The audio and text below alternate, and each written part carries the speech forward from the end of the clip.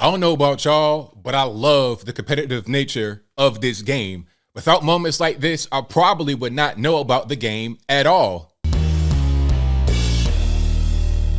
How's everybody doing? My name is Anthony Brian Logan, and today we got to talk about a controversial moment in the women's college basketball championship game between LSU and Iowa. Now, Angel Reese over in LSU hit the John Cena "You Can't See Me" in the closing moments of the game on the star player of Iowa, Caitlin Clark.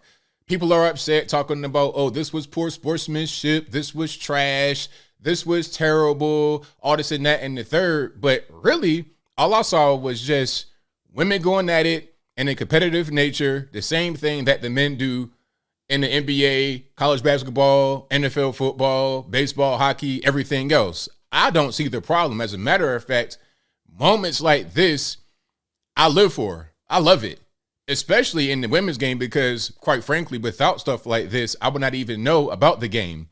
And before I continue, let's roll this clip for some more context. If you want to see this clip in full without my commentary, link as always will be in the description. If you're on IG, visit the link in the bio and go to the corresponding article on the website. But without further ado, let's go ahead and roll it. So there's no sound here just for copyright purposes, but you see what's happening. So Angel Reese is following her around, doing a John Cena, pointing to the ring, because at this moment, she's winning the game, right? Now, this is during the game, but the game is over with. It's only a few seconds left. The clock is running down. The game is over. LSU is up by like 10 to 15 points. It's pretty much a wrap. Now, people are saying that this was a classless moment. She shouldn't have been doing it, all this and that and the third. But I think people are missing context here. Some are saying there's a racial element. I'll get to that a little bit more a little bit later. But first of all, let's have some context about what that is, the whole hand movement. It's the John Cena, WWE, "You Can't See Me." As a matter of fact, when I was a kid, I remember when this whole thing started, with this whole thing, "You Can't See Me." Tony Yayo from 50 Cent's group called G Unit did that in the video. And after that, John Cena adopted it. And if that's wrong, y'all, please correct me in the comments below. But that's what I recall back in like the early 2000s. That's what I remember. Now, the reason why Angel Reese did this to Caitlin Clark is because Caitlin Clark is, I guess you would say, the best basketball player in women's ball in college. And she did that to another team. And she trash talks a lot. So, of course, when you do stuff like this to other people, when you trash talk a lot and you lose, the same thing will be done to you. And I have evidence of a thing like that happening in the NBA game, and nobody said anything about it. So here is ESPN doing kind of a whole segment about Caitlin Clark's trash talking.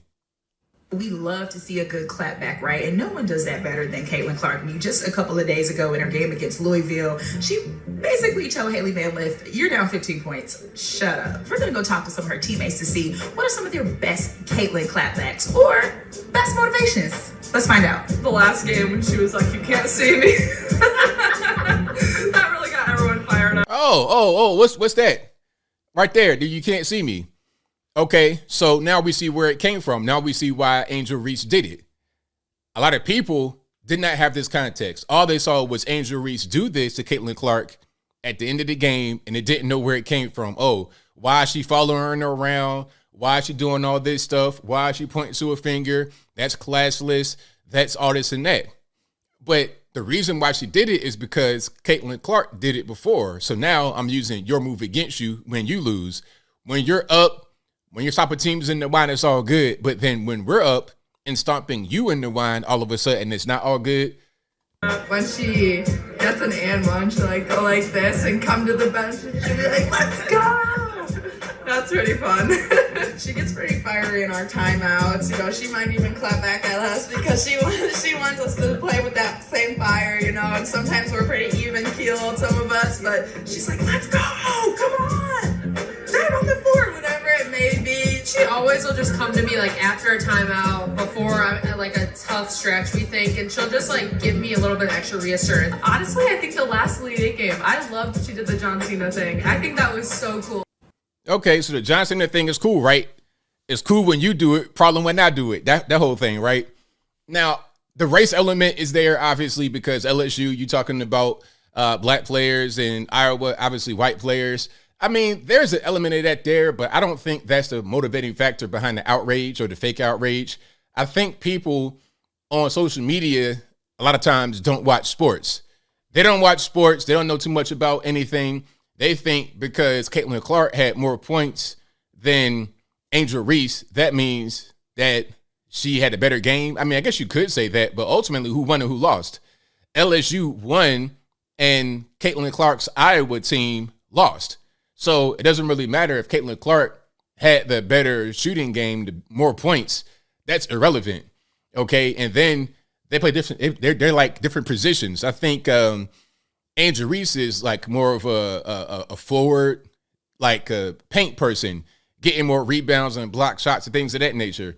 It's like trying to compare Shaq to Steph Curry. Anyway, so this is a video I want to show you guys as an example of this kind of thing happening in the NBA.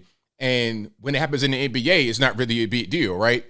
It's all good when the NBA does it, but then when you see it on the women's side of things, it's something they probably never seen before, because a lot of us, quite frankly, don't watch women's ball at all. We might watch women's tennis or soccer, maybe to a certain extent, gymnastics, but not basketball at all. I'll keep the sound off because, again, I don't want no copyrights or nothing like that. But to give a little bit of background, this is a playoff series between the Warriors and the Rockets. At the time, Chris Paul was on the Rockets. I think now he's on the Suns. So you got Chris Paul, one of the best to ever do it, going up against Steph Curry, also one of the best to ever do it in a very competitive game. And what Steph Curry would do a lot when he would score is do like a little shimmy dance. That was his whole thing, right? So watch what happens. So Chris Paul scores on him as the buzzer's going down, hits, and then as he's going down the court, look what's going on. He's right up on him doing the shimmy. And you're going to see them zoom in on it a little bit, and you're going to see Steph's reaction. All right? So he's doing the shimmy, and look at Steph. Steph knows that he knows that Chris Paul got him. So it's like, all right, man, you got that. He's smiling. Chris is literally taunting Steph with Steph's own signature little celebration, little shimmy, right? And Steph is like, yeah, you got me. You smiling. I think that the average person on the internet that doesn't really watch sports is way too soft. You're seeing clips out of context. And then it becomes this racial thing. It becomes unsportsmanlike. It becomes all these things that it's not. But if you watch sports, you understand that it's not even like that. This is just what it is. Hey, if you want to be the top dog, you want to be the best player, you want to be talking trash at people, doing the John Cena, well, when you lose, when it's your time to get taunted, expect it in return. It is what it is.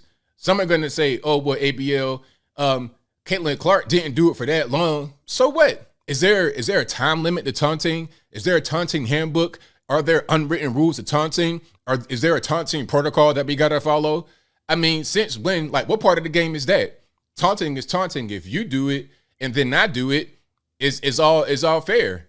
I don't think Caitlin Clark was really upset about it. She shouldn't be, because if she was upset about it, then she wouldn't have been doing it before. She wouldn't be talking trash, talking about, oh, you're down 15 points, shut up, all this. I mean, if you do stuff like that, you're going to get it back. That is basketball. That is, quite frankly, sports. And if you don't watch sports, I understand why you wouldn't understand that. But I think I'll leave that right there for now. And what say you? How do you feel about this whole LSU Iowa situation? Was it overblown by a lot of normies that don't watch sports? You seen the clip online. You don't know the context. You don't watch sports. You don't know what's happening, and you just react based off of that. Social media encourages us to think negatively sometimes, rather than just seeing things for what they are, rather than looking into the background and doing some research and figuring out the context. We see a clip and react to it right away.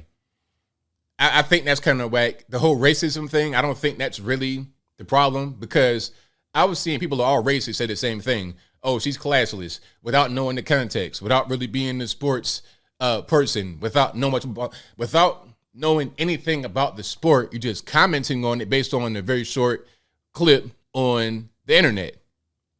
But whatever your thoughts are, please let me know in the comments below. And that's all I got to say for this video. If you like what you heard, please comment, rate, share, and subscribe. Peace.